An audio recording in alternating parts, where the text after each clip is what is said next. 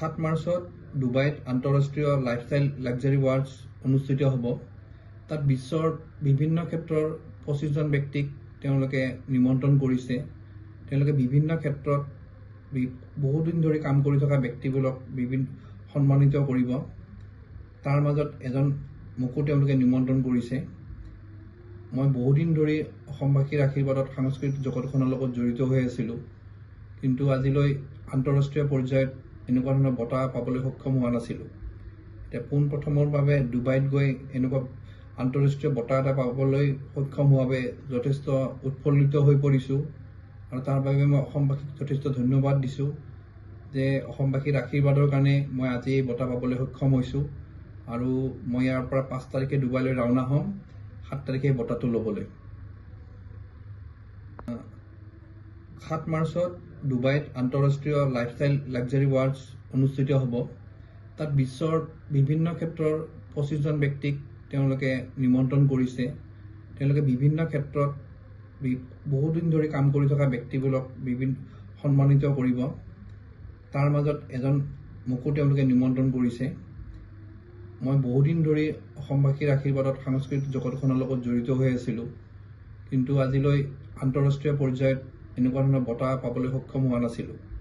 এতিয়া পোনপ্ৰথমৰ বাবে ডুবাইত গৈ এনেকুৱা আন্তঃৰাষ্ট্ৰীয় বঁটা এটা পাবলৈ সক্ষম হোৱাৰ বাবে যথেষ্ট উৎফুল্লিত হৈ পৰিছোঁ আৰু তাৰ বাবে মই অসমবাসীক যথেষ্ট ধন্যবাদ দিছোঁ যে অসমবাসীৰ আশীৰ্বাদৰ কাৰণে মই আজি এই বঁটা পাবলৈ সক্ষম হৈছোঁ আৰু মই ইয়াৰ পৰা 5 তাৰিখে ডুবাইলৈ ৰাওনা হ'ম, 7 তাৰিখে বঁটাটো ল'বলৈ। 7 মাৰ্চত ডুবাইত আন্তঃৰাষ্ট্ৰীয় লাইফষ্টাইল লাক্সাৰী ৱাৰ্ল্ডছ অনুষ্ঠিত হ'ব। তাত বিশ্বৰ বিভিন্ন ক্ষেত্ৰৰ 25জন ব্যক্তিক তেওঁলোকে নিমন্ত্ৰণ কৰিছে। তেওঁলোকে বিভিন্ন ক্ষেত্ৰত বহুদিন ধৰি কাম কৰি থকা ব্যক্তিবোৰক সন্মানিত কৰিব। তাৰ মাজত এজন মোকো তেওঁলোকে নিমন্ত্ৰণ কৰিছে। মই বহুদিন ধৰি অসমবাসীৰ আশীৰ্বাদত সাংস্কৃতিক জগতখনৰ লগত জড়িত হৈ আছিলোঁ, কিন্তু আজিলৈ আন্তঃৰাষ্ট্ৰীয় পৰ্যায়ত এনেকুৱা ধৰণৰ বঁটা পাবলৈ সক্ষম হোৱা নাছিলোঁ।